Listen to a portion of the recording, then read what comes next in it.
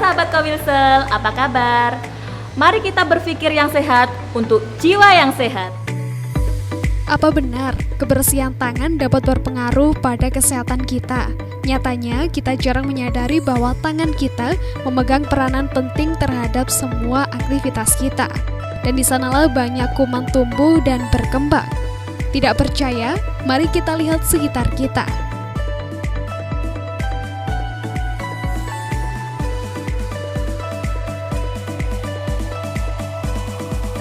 Ayo, mulai saat ini kita rajin mencuci tangan. Cara mencuci tangan dengan hand rub. Bebaskan tangan dari perhiasan dan ambil hand rub 3-5 cc pada telapak tangan. Gosok punggung tangan dan sela-sela jari tangan kiri dengan menggunakan tangan kanan dan sebaliknya. Gosok telapak tangan dan sela-sela jari. Jari-jari sisi dalam saling mengunci. Gosok ibu jari tangan kiri berputar dalam genggaman tangan kanan dan sebaliknya. Gosok telapak tangan kiri dengan memutar ujung-ujung jari tangan kanan dan sebaliknya. Membersihkan tangan dengan sabun dan air. Bebaskan tangan dari perhiasan, sisihkan lengan baju yang panjang. Basahi tangan dan ambil sabun 3-5 cc pada telapak tangan. Gosok kedua tangan hingga hand rub merata. Gosok punggung tangan dan sela-sela jari tangan kiri dengan tangan kanan dan sebaliknya. Gosok telapak tangan dan sela-sela jari. Jari-jari sisi dalam saling mengunci. Gosok ibu jari tangan kiri berputar dalam genggaman tangan kanan dan sebaliknya.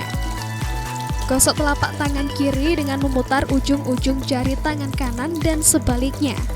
Setelah itu lakukan pembilasan di bawah air mengalir. Dan lakukan 6 langkah yang sama, lakukan sampai bersih. Ambil tisu, keringkan telapak tangan kanan dan tangan kiri, tutup keran menggunakan tisu dan buang di tempat sampah. Kapan cuci tangan dilakukan? Bagi keluarga pasien dan pengunjung pasien. Ketika masuk dan keluar rumah sakit, sebelum dan sesudah menyentuh pasien, setelah bersentuhan dengan lingkungan sekitar pasien, setelah dari kamar mandi, sebelum dan sesudah makan. Bagi tenaga medis dan petugas kesehatan, sebelum kontak dengan pasien, sebelum melakukan prosedur aseptik, sebelum terpapar cairan tubuh pasien, setelah kontak dengan pasien, setelah kontak dengan lingkungan pasien. Oh iya, kita harus melakukan etika batuk yang benar, supaya kita tidak menularkan kuman di sekeliling kita. Bagaimana caranya? Mari kita lihat.